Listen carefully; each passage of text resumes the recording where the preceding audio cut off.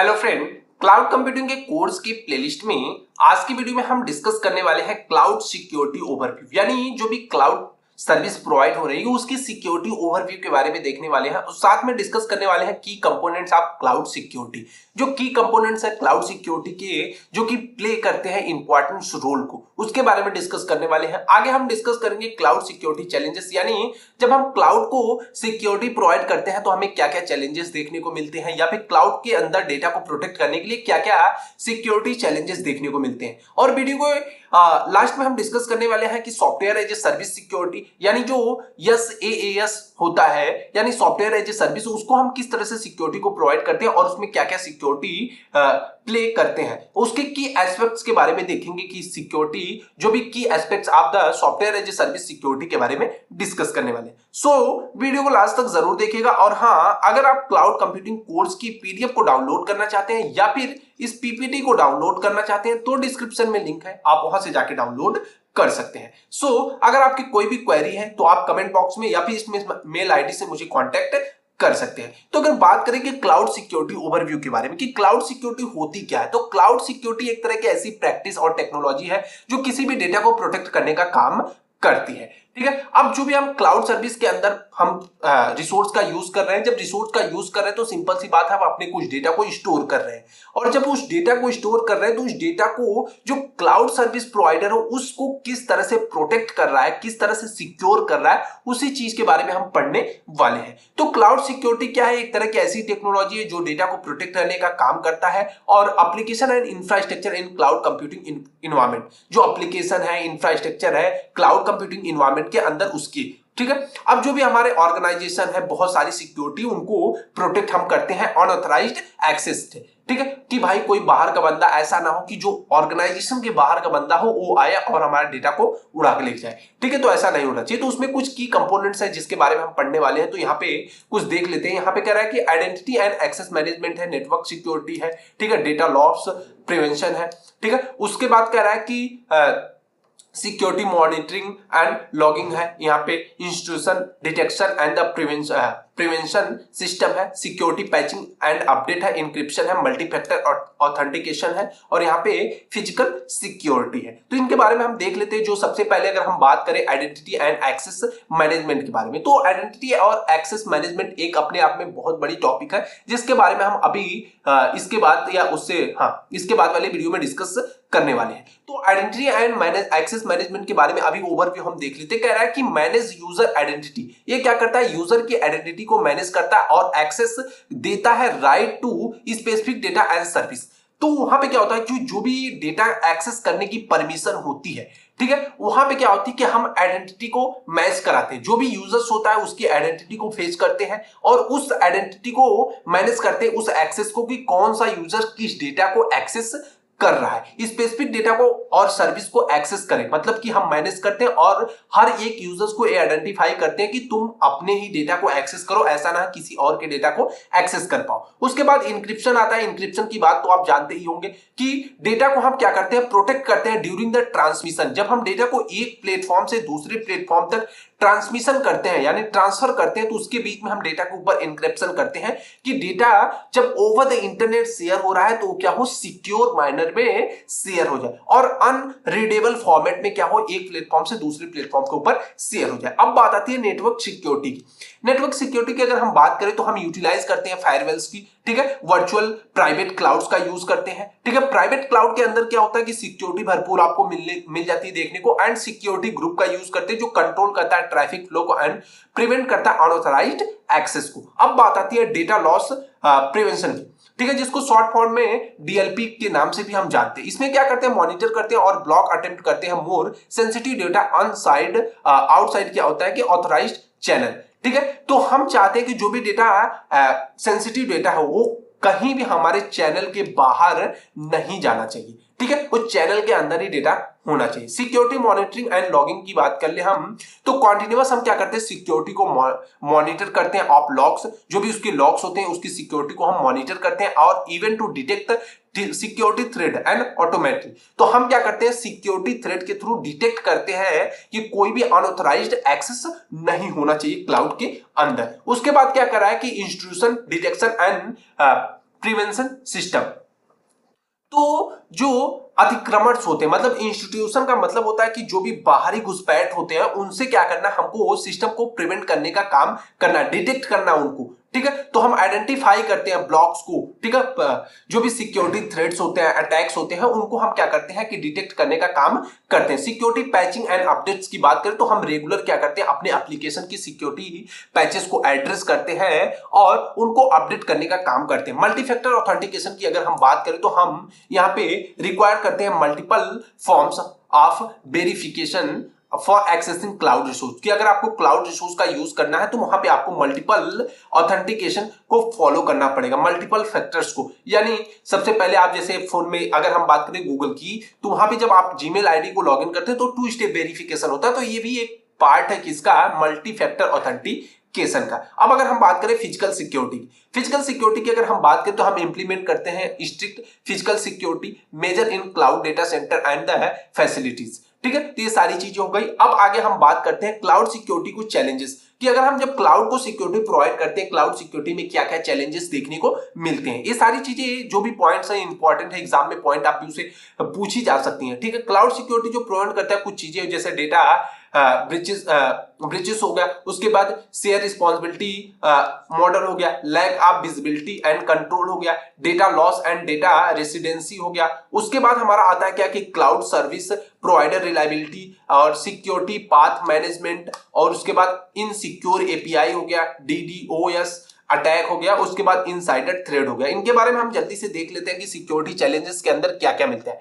Data breaches की बात अगर हम करें तो जो भी रिस्क ऑफ अनऑथराइज्ड एक्सेस है and data breaches in the cloud, अगर भाई कोई रिस्क, अगर जो भी क्लाउड है, अगर आपका डेटा यहां पे रखा, अगर कोई अनऑथराइज्ड एक्सेस होता है, मतलब कोई ऐसा पर्सन आता है जो जिसका ये डेटा है ही नहीं और वो आपके सेंसिटिव डेटा को देखता है, तो आपके डेटा को चुरा सकता है। और जरूरी नहीं है कि सिर्फ थोड़ा ही डेटा चुराए, पूरा भी डेटा चुरा सकता है, डेटा को डिलीट कर सकता है, हार्म कर सकता है। तो ये सारी चीजें हो गई कि रिस्क ऑफ अनऑथराइज्ड एक्सेस, मतलब ऐसा एक्सेस जो कि अननोन पर्सन का होगा। उसके बाद शेयर रिस्पॉन्सिबिलिटी मॉडल, इसमें क्या होता है कि confusion about the security responsibility between the cloud provider and users, कि हम जो भी सिक्योरिटी कैसे प्रोवाइड करें। ये चैलेंजेस हमको देखने को मिलता है कि सिक्योरिटी दो फेज में हमको प्रोवाइड करना पड़ता है। पहली फेज में जैसे अगर हम बात करें, ये हमारी क्या है, क्लाउड सर्विस है, ठीक है। एक क्लाउड सर्विस है। अब एक क्लाउड सर्विस क्या कर रहा है कि एक बीच में क्या है, क्लाउड सर्विस प्रोवाइडर है, क्लाउड सर्विस प्रोवाइडर है। उसके बाद क्या कर रहा है कि एक यूजर इसको एक्सेस कर रहा है। तो वहां पे क्या होता है, हमें कंफ्यूजन हो जाता है कि हम किस तरह से सर्विस जो भी सिक्योरिटी प्रोवाइड करें। अब हम इस क्लाउड सर्विस प्रोवाइडर के लिए सिक्योरिटी प्रोवाइड करें या इसके लिए यूजर्स के लिए सिक्योरिटी दें, तो दोनों चीजें, तो यहां पे कंफ्यूजन हो जाता है किसके लिए, तो इसके लिए। उसके बाद lack of visibility and control हो जाता है, यानी लिमिटेड विजिबिलिटी होता है into the cloud provider infrastructure के अंदर। Data loss and data residency, यानी इंश्योर डेटा इंटीग्रिटी, डेटा की इंटीग्रिटी बनी रहे और preventing data loss during the storage and transmission. जब हम डेटा को स्टोर कर रहे हैं और डेटा को ट्रांसमिशन कर रहे हैं तो हमें ये चीज ध्यान में रखना है कि डेटा कहीं हमारा लॉस न हो जाए। ये भी हमको चैलेंजेस मिलता है कि कई बार डेटा क्या हो जाता है, लॉस हो जाता है और उसको बार बार हमको रिकवर करना पड़ता है। अगर डेटा सेव ही नहीं हुआ तो हम उसको रिकवर भी नहीं कर पाएंगे।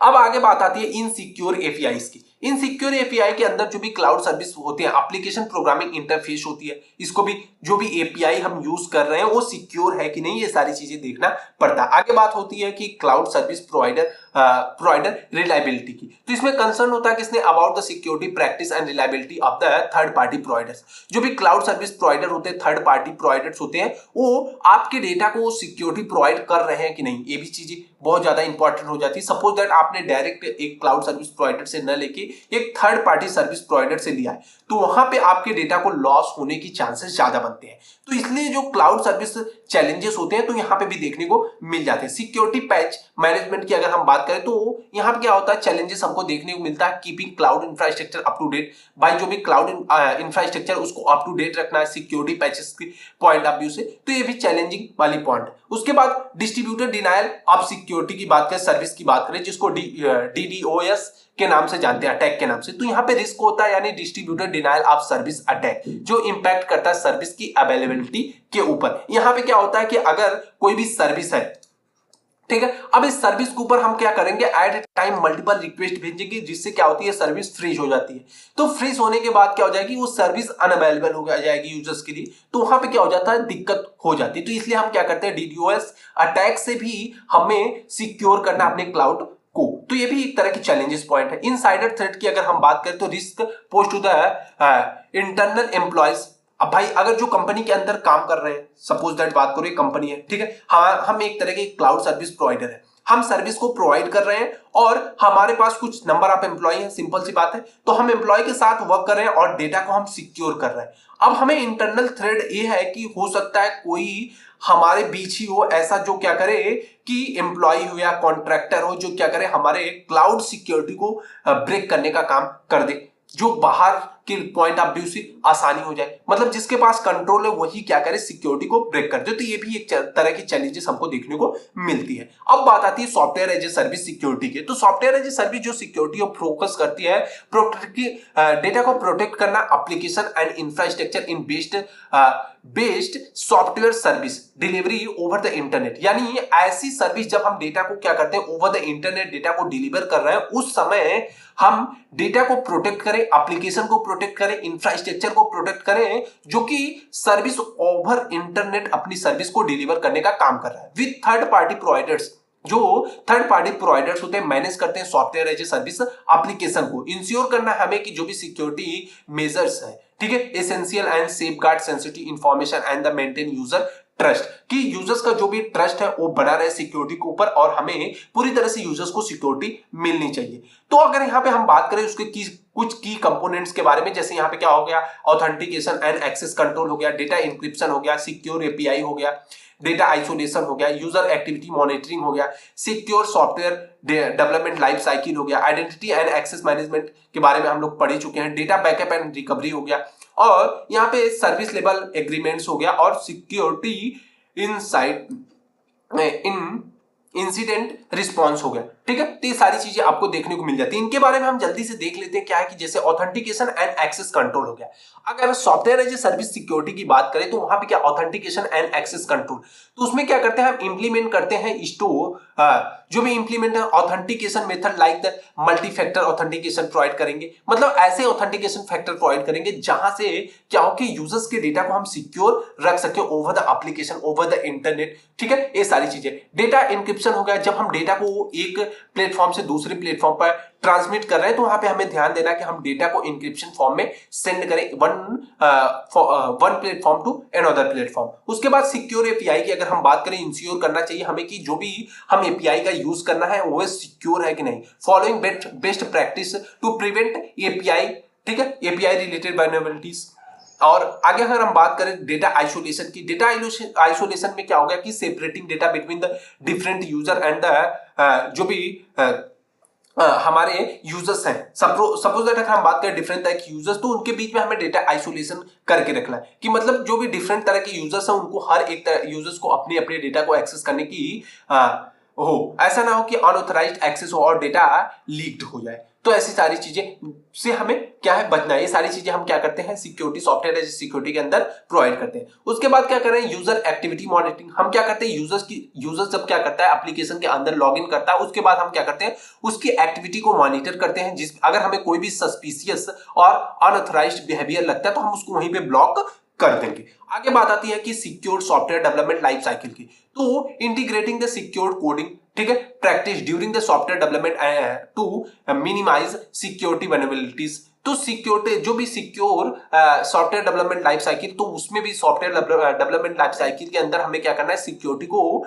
इंप्लीमेंट करने का काम करना है। उसके बाद आइडेंटिटी एंड एक्सेस मैनेजमेंट की अगर हम बात करें तो यहाँ पे हम क्या कर सकते हैं इंप्लीमेंट कर सकते हैं IAM को, मतलब जो कंट्रोल करता है और मैनेज करता है यूजर की आइडेंटिटी को और परमिशन देता है कि कौन सा यूजर कौन सी सर्विस को यूज कर सकता है या कौन से डेटा को यूज कर सकता है, रोल डिफाइन करता है software as a service application के अंदर। आगे बात आती है डेटा बैकअप एंड रिकवरी की। डेटा बैकअप एंड रिकवरी की बात अगर हम करें तो इस्टेब्लिश करते हैं जो कोई भी डेटा हम सेव कर रहे हैं ओवर द क्लाउड, तो क्लाउड के ऊपर डेटा सेव होने के बाद डेटा कितनी सिक्योर है, और अगर इन केस अगर डेटा कभी डिलीट हो जाता तो हम उस डेटा को बैकअप ले सकें, रिकवर दोबारा से कर सकें। उसके बाद सर्विस लेवल एग्रीमेंट होता है। सर्विस लेवल एग्रीमेंट का मतलब क्या है कि हम अंडरस्टैंड करते हैं जो भी सिक्योरिटी होता है, कमिटमेंट्स होते हैं, ठीक है, आउटलाइंस होती है in the service level agreement, so वो प्रोवाइड करता है। मतलब सबसे पहले जब हम सर्विस को परचेस करते हैं तो वहां पे कुछ चीजें होती है, एग्रीमेंट्स होता है कि क्या क्या सर्विस प्रोवाइड, जैसे कुछ एप्लीकेशंस होते हैं तो उनकी सर्विस सिक्योरिटी से रिलेटेड कुछ टर्म एंड कंडीशंस होती हैं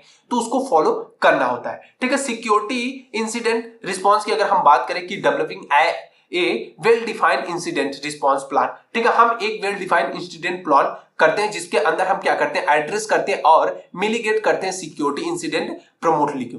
तो ये सारी चीजें आपको देखने को मिल जाएंगी इसके अंदर। तो आई होप कि आपको समझ में आया होगा। सो फ्रेंड, आज की वीडियो में बस इतना ही। अगर वीडियो पसंद आया हो तो लाइक कमेंट और सब्सक्राइब जरूर कीजिएगा। और हाँ, अगर आप क्लाउड कंप्यूटिंग कोर्स की पीडीएफ को या फिर पीपीटी को डाउनलोड करना चाहते हैं तो डिस्क्रिप्शन में लिंक है, आप वहां से जाकर डाउनलोड कर सकते हैं। Thanks for watching the video. Thank you, bye bye guys.